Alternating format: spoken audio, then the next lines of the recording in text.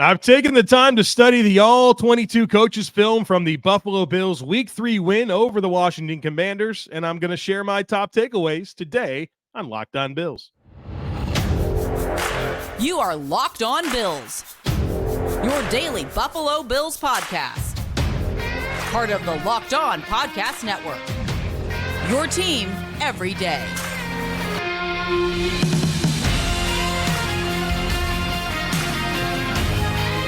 What's up, Bills Mafia? It's Joe Marino, author of Go Bills and Buffalo's Run, also the co-host of the Locked On NFL Scouting podcast, and I'm your host of Locked On Bills. Want to thank you for making Locked On Bills your first listen every day, and a big welcome and shout out to our everydayers. You know who you are.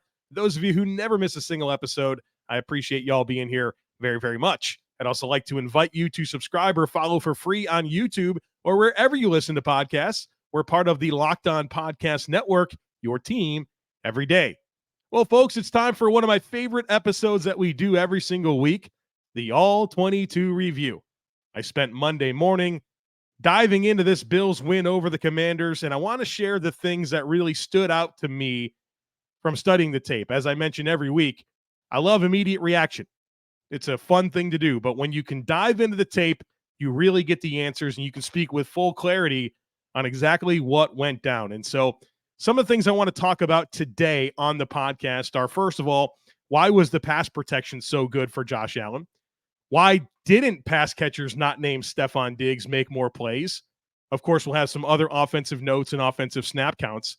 Then I want to get into the why behind the 5 takeaways, and it's fun to look at all of those and consider some of the trends behind why the Bills were able to force so many turnovers.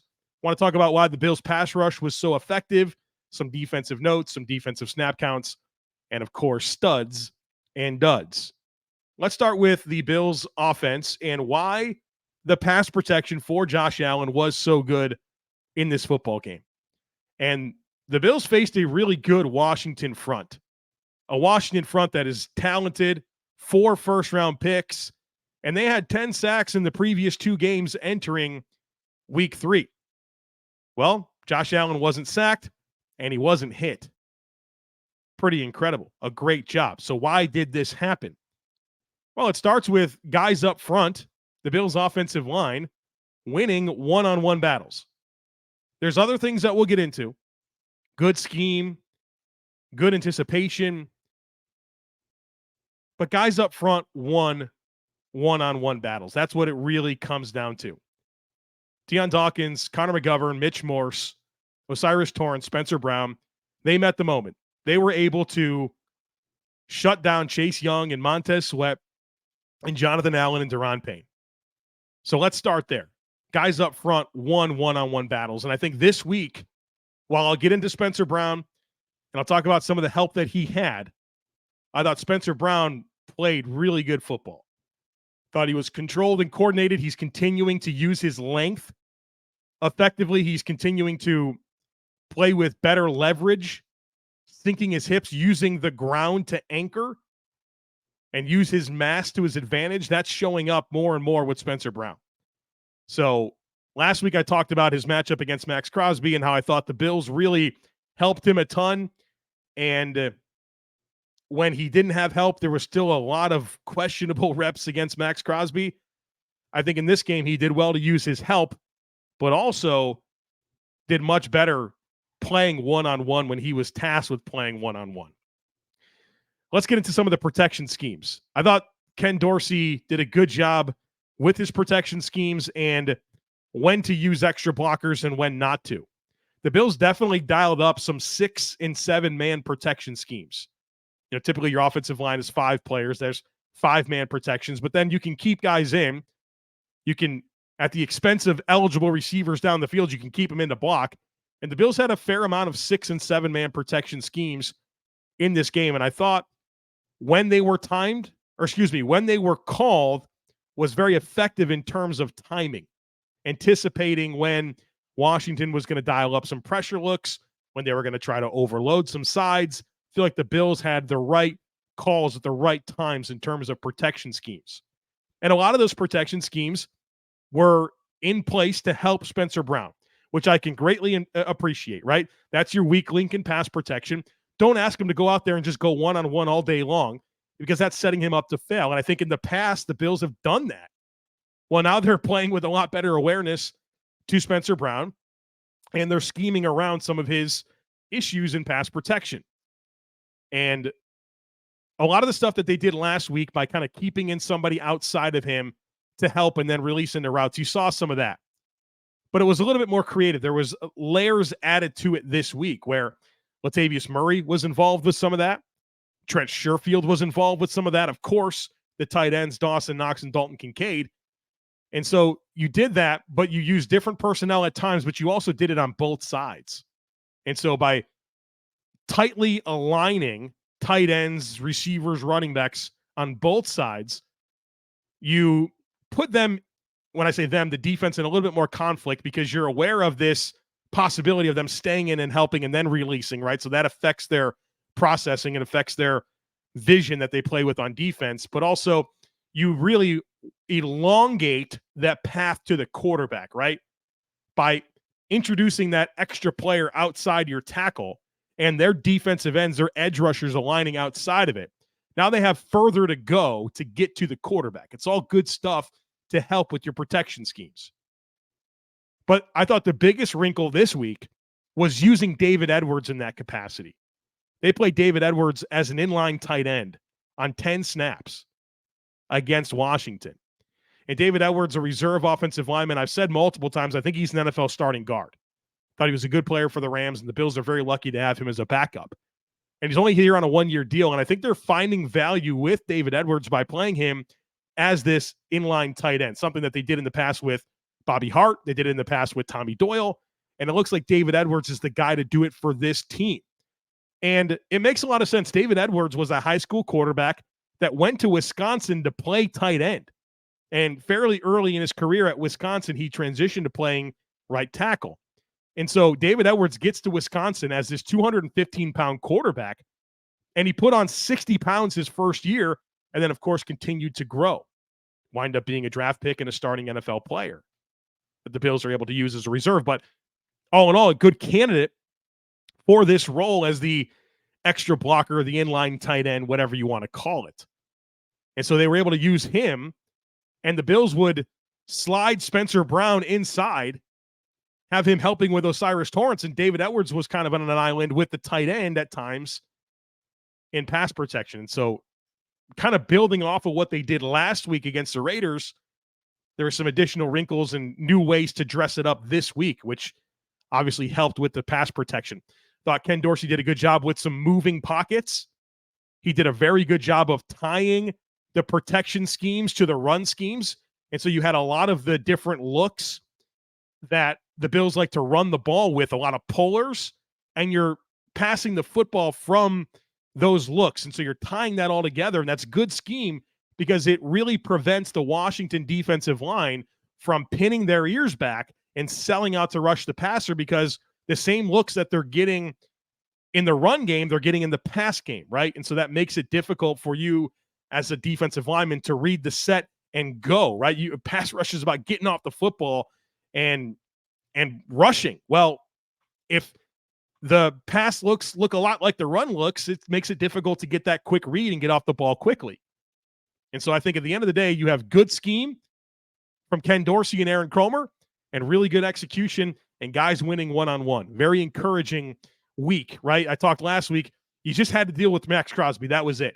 How do you evolve this week against a deeper, more talented pass rush group?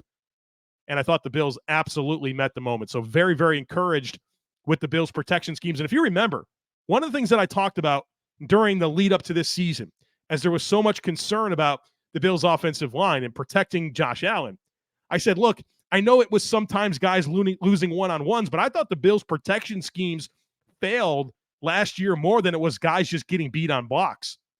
I'm happy to say that through 3 weeks, I feel like they've really ironed out a lot of their protection schemes, and they have good ones, and they're calling them very effectively to this point.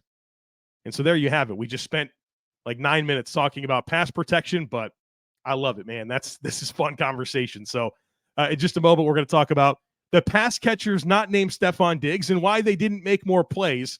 But first, I do need to tell you about Neutrofall. Folks, you know that 80% of men will experience hair thinning in their lifetime. It's normal, but it doesn't have to be your fate. You can get ahead of hair thinning with Neutrofall. Neutrofall is the #1 dermatologist-recommended hair growth supplement, clinically shown to improve your hair growth, visible thickness, and visible scalp coverage. Neutrofall supports healthy hair growth from within by targeting root causes of thinning such as stress, hormones, environment, nutrition, lifestyle, and metabolism through whole body health. So take the first step to visibly thicker, healthier hair. And for a limited time, Neutrofall is offering our listeners $10 off your first month subscription and free shipping when you go to Nutrafall.com/men and enter promo code LOCKEDONNFL. You can find out why over 4,000 healthcare professionals recommend Neutrofall for healthier hair. Nutrafall.com/men, spelled Nutrafol.com/men, and enter promo code LOCKEDONNFL. Again, that's Nutrafall.com/men, promo code LOCKEDONNFL.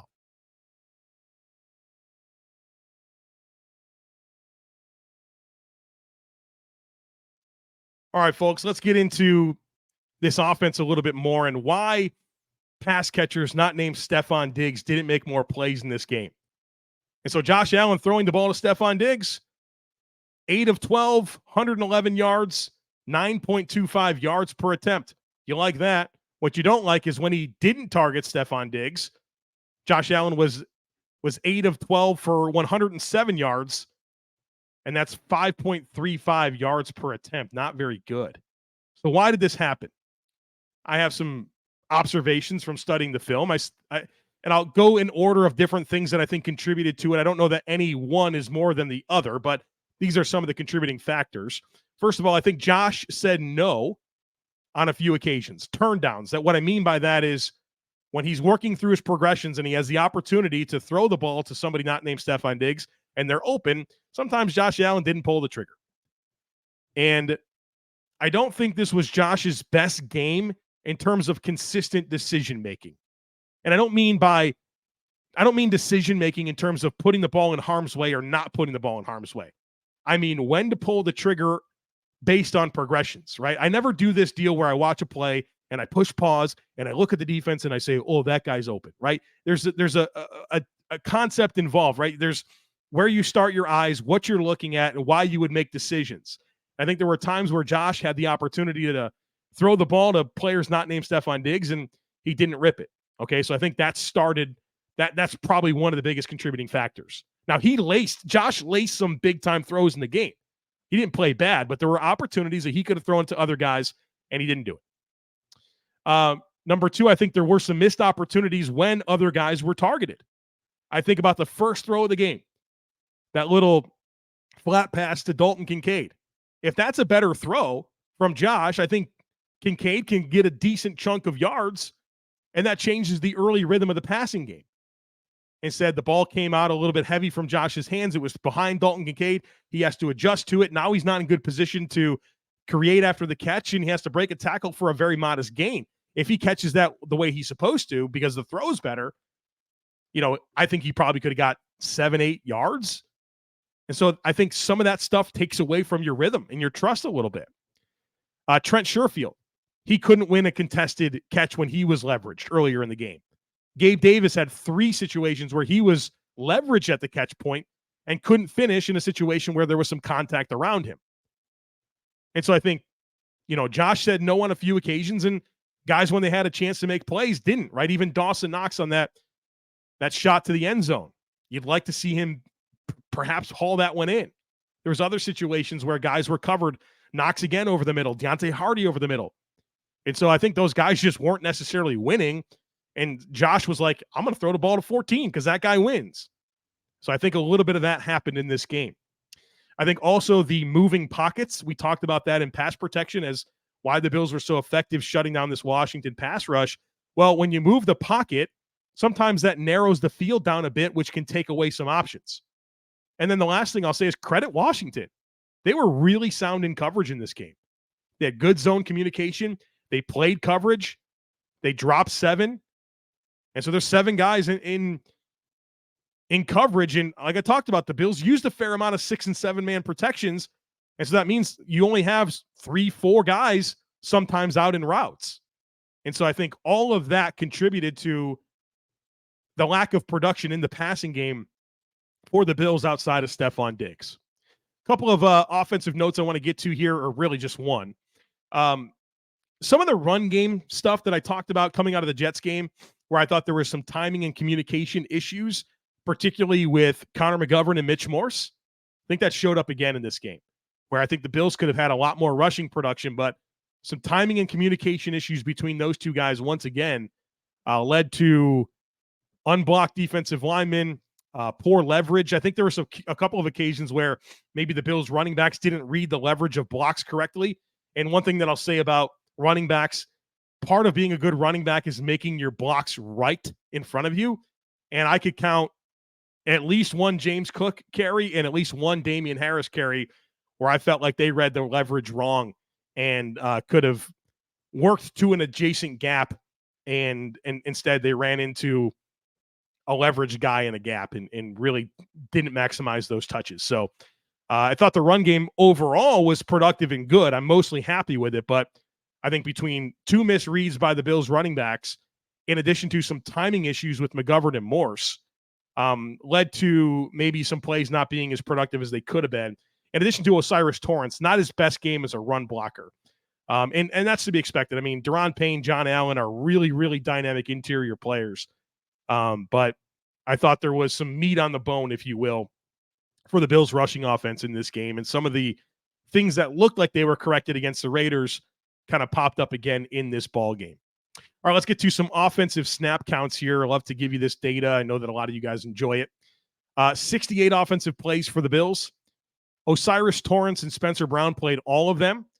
And then the rest of the offensive line, again, 68 plays. Connor McGovern, 63. Mitch Moore, 60. Deion Dawkins, 59. David Edwards, 15. Ryan Vandemark, 9. And Ryan Bates, 8. At quarterback, Josh Allen, 57 of 68 plays. Kyle Allen was in for 11. At running back, James Cook, 42 snaps. Latavius Murray, 17. Damian Harris, 9. And then fullback Reggie Gilliam, 10. And then real quick here on James Cook, he's up to 54 touches on the season through 3 games. It puts him on pace for 306. And so I'll be certainly tracking that throughout the course of the season. At tight end, Dawson Knox, 41 snaps. Dalton Kincaid, 35. Quentin Morris, 19 snaps.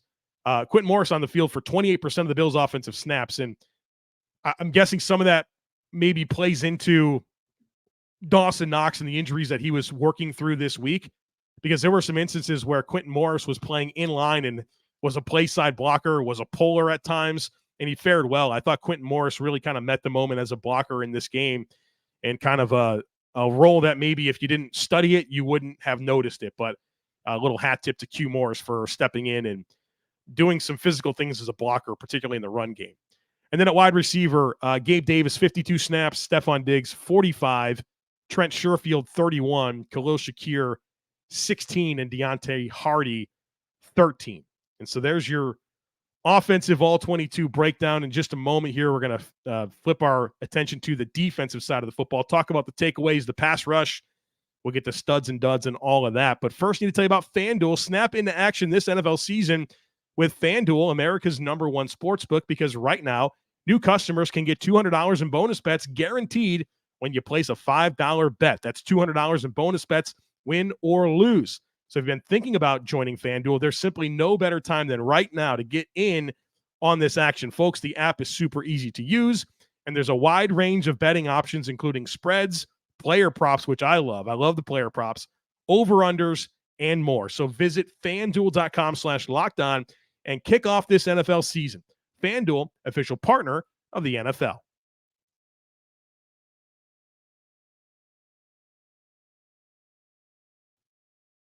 All right, folks, let's get into these defensive takeaways, and I want to start with the turnovers. Okay, the Bills came away with 5 turnovers defensively in this ball game, and I want to get into the why behind them, because I think there's some fun stuff to get into. It's not just Terrel Bernard made a great play breaking on the ball, or Micah Hyde did that, or Trey White did that. There's so many things that goes into it, and I want to bring those to the attention here so we can see some trends and realize it's a little bit more than just a guy making a play. It is definitely a guy making a play, but there's a lot of guys that made a play, and there's usually a good play call behind it that leads to it. So I want to spread out some love here as to why these turnovers happened. So the first one was Terrel Bernard's interception, a 3rd and 19 play. Washington's in a 3-by-1 set, so 3 receivers to the right, 1 receiver to the left. And on this rep, you get good pressure from A.J. Epenesa and Daquon Jones. That's very important.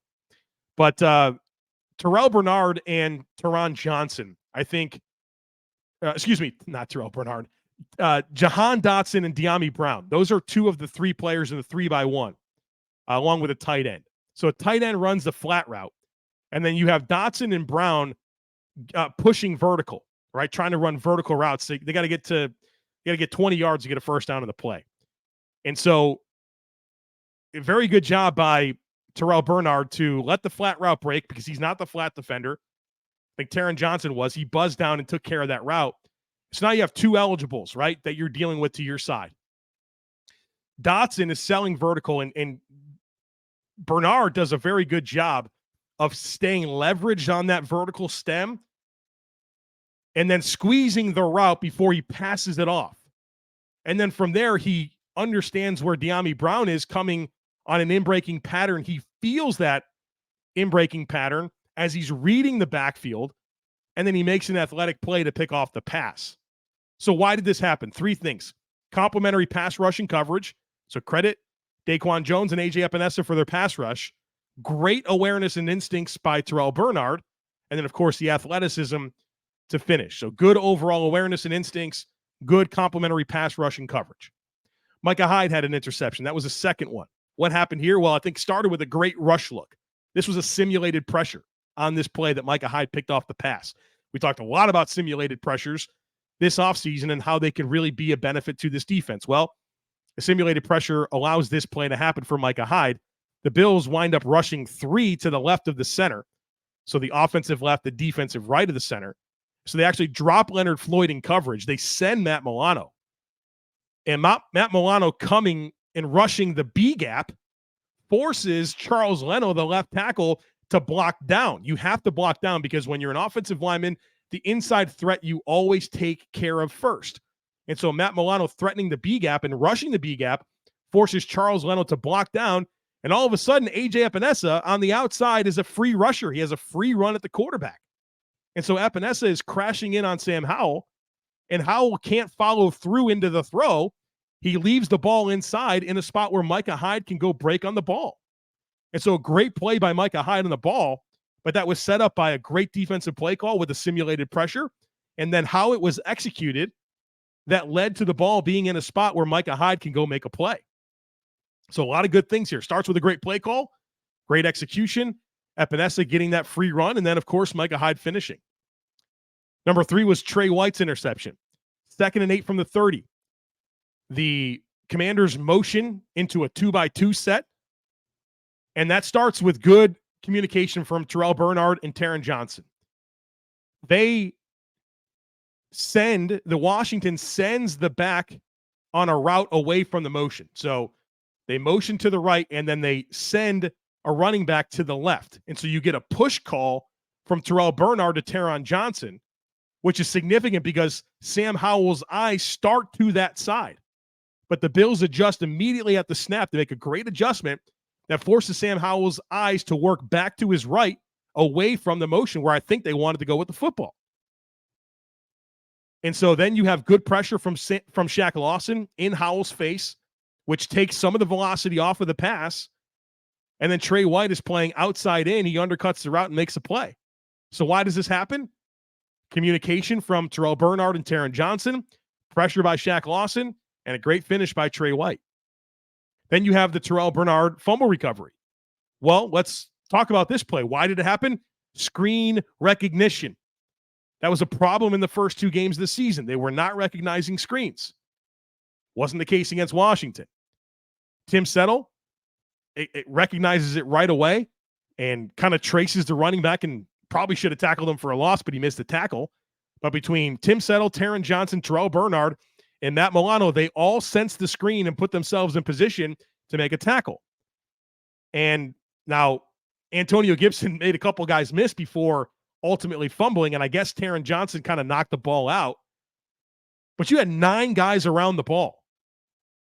Good things happen defensively when you get guys running to the football. And right when Taron Johnson closes in on Brian Robinson, I paused the screen and I counted 9 Bills defensive players within a couple yards of Brian Robinson.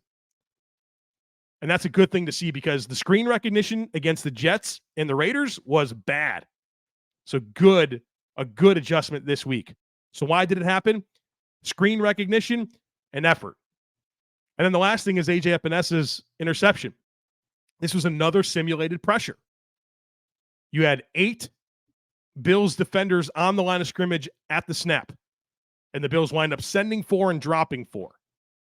And they actually drop AJ Epenesa and they send Matt Milano. And then Sam Howell winds up climbing the pocket and working to his left. He has Dotson on a crosser. And as he's rolling to his left, he tries to drop a touch pass over Epenesa, who's actually in coverage, but as the outside player, he buzzes down on Howell while Howell's working to his left. And of course, Epenesa gets his hands up and picks off the ball. I mean, Epenesa's 6'5" with 34.5-inch arms. It's hard to fit that ball over that guy. And then Matt Milano and Shaq Lawson, credit to them for getting out ahead as lead blockers and making sure that Epenesa can get in the end zone for a pick 6. But why does this happen? Simulated pressure. AJ Epenesa making a play that Sean McDermott put him in position to make. Love seeing it. Love seeing it. So wanted to break down those turnovers and get into why it happened, because you can see there's a lot of layers to these plays that make them possible. So why was the Bills pass rush so effective in this game? 9 sacks. 9 sacks for the Bills defense. The first time in Bills history that 4 players had multiple sacks in the same game. The Bills were the first team since the Dallas Cowboys in 1985 with 9 sacks and 4 interceptions in a single game. Pretty historic performance. Sam Howell was pressured on 27 of 39 dropbacks, 69.2%. The Bills had 15 quarterback hits. How did this happen? Well, good pressure looks, good simulated pressures, pressure coming from multiple directions, coordinated pass rush, guys playing off of each other. This is something I talked about with Jerry Hughes. I think Jerry Hughes is an extremely underrated player and underappreciated player in the history of the Buffalo Bills. And I talked for a long time about Jerry Hughes and how he's winning, he's getting pressure, but nobody else is getting pressure. Nobody else. And so when only one guy gets pressure, it doesn't matter, because the quarterback can step up or step away from that pressure. But when pressure's coming from multiple places, the quarterback has nowhere to go. That's what happened against Washington. You had 4 dudes rushing together as one. It was coordinated. And guys were winning from multiple angles. And I think a lot of it starts with Ed Oliver, folks. Ed Oliver's ability to create that initial penetration, and guys know how to play off of it. The edge rushers and the interior guys kind of pinball off of each other, understand where their space is going to be. And they're making plays. And so I think that's what it really comes down to. Guys winning one-on-one battles, but rushing together, 4 guys rushing together. It was a beautiful display of that. And you also had a quarterback in Sam Howell that will hold on to the football. We talked about this, but this was also, for Sam Howell, the fastest trigger he's had in his 4 career starts. Average time to throw against the Bills was 2.82 seconds. Last week against Denver, 2.91. Week 1 against Arizona, 2.96. Week 18 of 2022 against Dallas, 2.86. And so Sam Howell played with the quickest trigger of his career.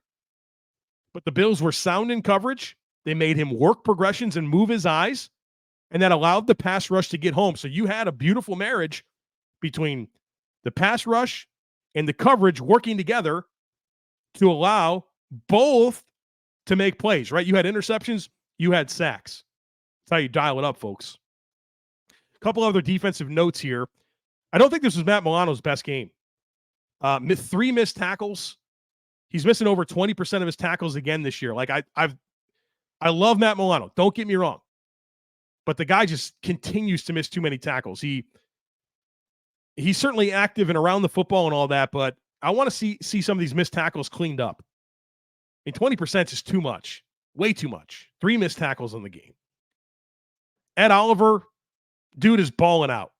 Rushing the passer, but also his run defense. The way he's splitting double teams is special this year. And he's playing with great leverage and really making an impact. I mean, that contract's looking pretty good for Brandon Beane, anticipating this, and Oliver's delivering. I also think this was Jordan Poyer's best game of the season for sure. I was nervous about Poyer those first 2 games, but he played a lot more instinctive, took good angles, made some physical tackles. Definitely Jordan Poyer's best game, and that's going to be important going into this Miami game next week. One other little nugget here on the defensive side of the football that kind of popped to me as I'm enjoying Terrel Bernard become this outstanding playmaker for the Bills defense in ways that I never anticipated. We got to give Bobby Babbage some flowers here. Babbage is a young coach for the Bills, was the assistant DB's coach in 2017. Then he coached the safeties from 2018 to 2021. He switched to linebackers in 2022. And so he had a firsthand role in developing Micah Hyde and Jordan Poyer into an elite safety pair. And then he switches to linebacker in 2022. And objectively, that was the best season for Tremaine Edmonds and Matt Milano. And now he's continuing to work with the linebackers, and all of a sudden Terrel Bernard can play? Bobby Babbage is a heck of a coach. Look at the results from the guys he's coaching, and it's really, really good. Defensive snap counts, 54 defensive snaps for the Bills in this game. On defensive end, Gregory Rousseau played 30 snaps. Leonard Floyd, 26. A.J. Epenesa, 25. Shaq Lawson, 20. Kingsley Jonathan, 12. At defensive tackle, again, 54 snaps total in the game. At Oliver, 34 of them. Daquon Jones, 28. Jordan Phillips, 23. Tim Settle, 18. Remember, Poona Ford was inactive for this game, and you had Kingsley Jonathan active. At linebacker, Terrel Bernard and Matt Milano played 47 snaps. Tyrell Dotson and Doria Williams played 7 each at the end of the game. At corner, Christian Benford played all 54 snaps. Trey White played 47. Dane Jackson, 7. Taron Johnson, 47 snaps, and Saron Neal, 7. Then at safety, Jordan Poyer, 47 snaps. Micah Hyde, 44. Taylor Rapp, 10. So that Taylor Rapp role that was a thing in week 1 has really not been a thing since. I mean, he's only coming in for late game situations when the Bills are ahead. And then Cam Lewis played 7 snaps. Real quick on studs and duds. My studs this week, A.J. Epenesa, Terrel Bernard, Micah Hyde, Trey White, Leonard Floyd, Ed Oliver, Daquon Jones, Stefon Diggs, and Tyler Bass. I think all of those guys balled out. No duds this week. I mean, you won 37-3. I thought about Gabe Davis and I thought about Matt Milano for duds, but wasn't anything that cost them in the grand scheme of things for this game. But certainly don't think either of them played their best ball game. So again, studs: Epenesa, Bernard, Hyde, White, Floyd, Oliver, Daquon Jones, Stefon Diggs, and Tyler Bass. All right, folks, tomorrow on the podcast is herd mentality, and then we're going to start talking about those Miami Dolphins who just scored 70 points against the Denver Broncos, and I'll share all my thoughts about them and what I think the keys are for the Bills to beat them. Looking forward to crossover Thursday with Kyle Krabs. So a lot of content, a lot of important conversations here as the Bills have a early season match against the Miami Dolphins, a divisional game that feels really important. So we're going to break that down for you the rest of the week. Don't miss anything. Make sure that you're subscribed. Would love it if you took a second to rate, review, and share the podcast. Have a great rest of your day. Go Bills, and I look forward to catching up with you again tomorrow.